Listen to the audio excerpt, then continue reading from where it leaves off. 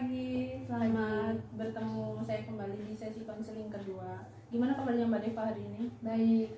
Oh ya, sesuai sesi konseling minggu lalu, Mbak Deva kan cerita nih kalau temennya Mbak Deva itu nggak terbuka sama orang tuanya, termasuk dalam hubungan berpacaran. Ya. Nah, yang itu ngebuat Mbak Deva jadi sering dijadiin tempat pelampiasan gitu dan dijadiin alasan buat izin ke kedua orang tuanya. Ya. Lalu kalau untuk sekarang apakah permasalahannya masih sama atau ada lagi atau berubah? Kalau sekarang sih udah jarang ya, udah nggak pernah bahas pacarnya lagi gitu. Berarti selama 1 minggu ini Mbak Deva benar-benar nggak pernah kontakan sama temennya Mbak Deva lagi? Sebenarnya juga nggak gitu juga sih. Awalnya sih kalau masalah pacaran saya udah nggak pernah, tapi kalau sekarang masalah tugas, jadi kan banyak ya yang sekelompok tugas sama dia, tapi dia terakhir ini ada tugas suruh handle saya. Lalu Mbak Deva sendiri ngerjain tugasnya temennya Mbak ini atau ngebiarin gitu aja? Sebenarnya saya sih nggak peduli, tapi saya tetap ngerjain aja, soalnya itu juga buat kelompok juga kan. Nanti kalau kehambat gara-gara dia nanti semua kena, ya udah saya ngerjain aja. Mbak Deva bilang nih, Mbak Deva nggak peduli, tapi Mbak Deva juga tetap ngerjain tugasnya temennya Mbak Deva ini biar maksudnya tetap tugas kelompok tetap jalan gitu. Ya gitu. Dulu sih pernah gara-gara tugas kelompok ini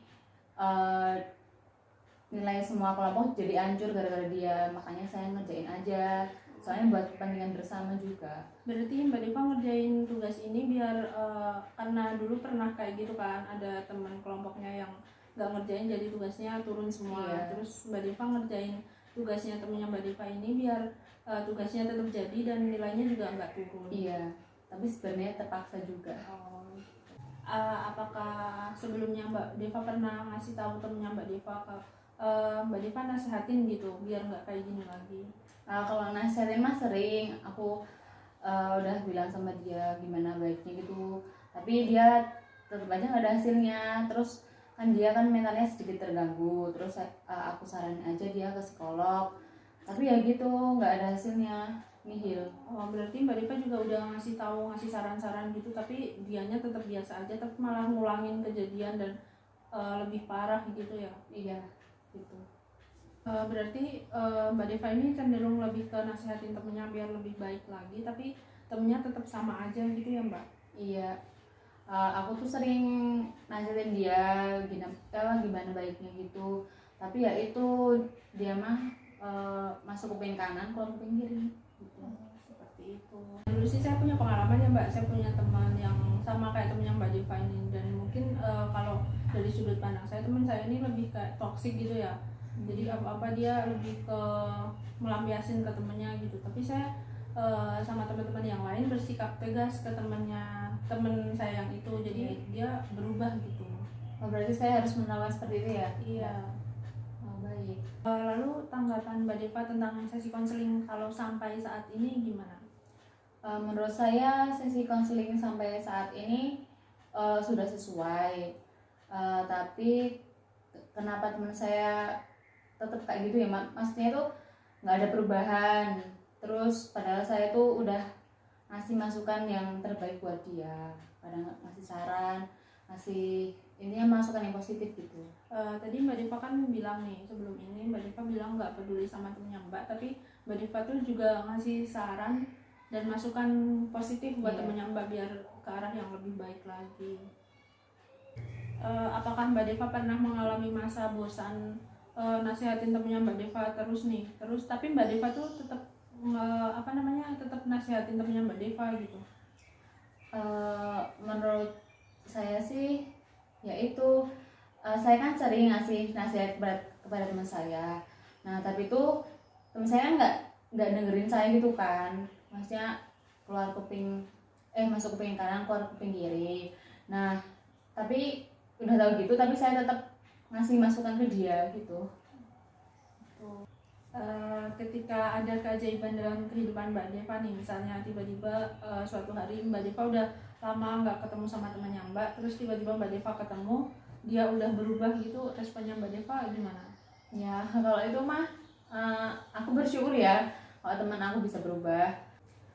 Tadi kan Mbak Deva berdasarkan cerita-cerita Mbak Deva tadi, berarti Mbak Deva merasa terbebani gitu ya karena perilaku temennya Mbak Deva yang kurang baik ini. Kalau tujuan Mbak Deva pada sesi konseling kali ini itu apa? Tujuannya sih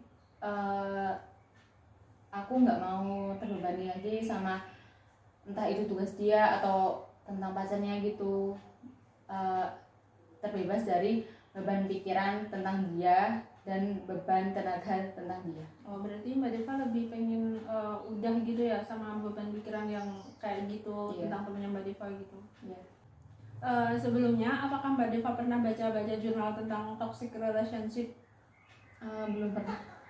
Jadi saya kan pernah baca jurnal nih ya, kalau toxic relationship kayak temennya Mbak Deva ini itu harus memutuskan hubungan gitu biar enggak ada toxic lagi. Tapi kan Mbak Deva udah berteman lama nih sama temennya Mbak Deva, jadi sepertinya kayak kurang etis gitu. Mungkin Mbak Deva bisa lebih bersikap tegas ke temennya Mbak Deva biar dia juga bisa bertanggung jawab sama dirinya sendiri seperti itu. Dalam arti apa ya tegas gitu mas? Mbak Deva mungkin kalau misalkan Mbak Deva memang nggak niat buat bantu ya bilang enggak, kalau mau bantu ya bilang iya gitu. Mungkin atau Mbak Deva bisa bilang ke temennya Mbak Deva untuk menasihati biar dia tuh lebih kayak bertanggung jawab sama dirinya sendiri gitu. Jadi enggak temennya Mbak Deva ini nggak membebankan tanggung jawab ke Mbak Deva. Baik. Sekarang Mbak Deva boleh coba deh cara Mbak Deva nanti ngomong ke temennya Mbak Deva melalui saya. Jadi anggap aja saya ini temennya Mbak Deva. Oh gini, kamu mending introspeksi dulu dengan yang sudah terjadi. Dari hal itu tuh kamu bisa mengambil apa, pelajaran apa yang kamu anggap apa yang merugikan kamu dan apa yang enggak gitu. Terus dari hal itu kan kita bisa ambil pelajaran. Nah harusnya tuh kamu bagaimana tuh kamu harus tahu, enggak harus ada yang ngebilangin kamu gimana baiknya. Oh baik, Mbak Deva bisa melakukan itu ke temennya Mbak. Mungkin bisa dilakukan nanti atau besok, atau kalau Mbak Deva mau ketemu sama temennya Mbak ini. Baik. Mungkin kesimpulan dari saya sendiri, Mbak Deva ini masih terbebani pikiran dan tenaga karena perilaku temennya Mbak yang ke arah negatif tadi. Sehingga juga itu bisa merugikan Mbak Deva sendiri. Sedangkan Mbak Deva kan tadi pengennya terbebas dari beban pikiran dan juga tenaga gitu kan ya. Jadi mungkin Mbak Deva bisa melakukan tugas yang saya sarankan tadi. Seperti itu, mungkin nggak harus hari ini, bisa hari berikutnya atau lusa gitu. Baik, sesi konseling hari ini cukup sampai di sini dulu. Mungkin bisa bertemu di sesi minggu depan. Terima kasih.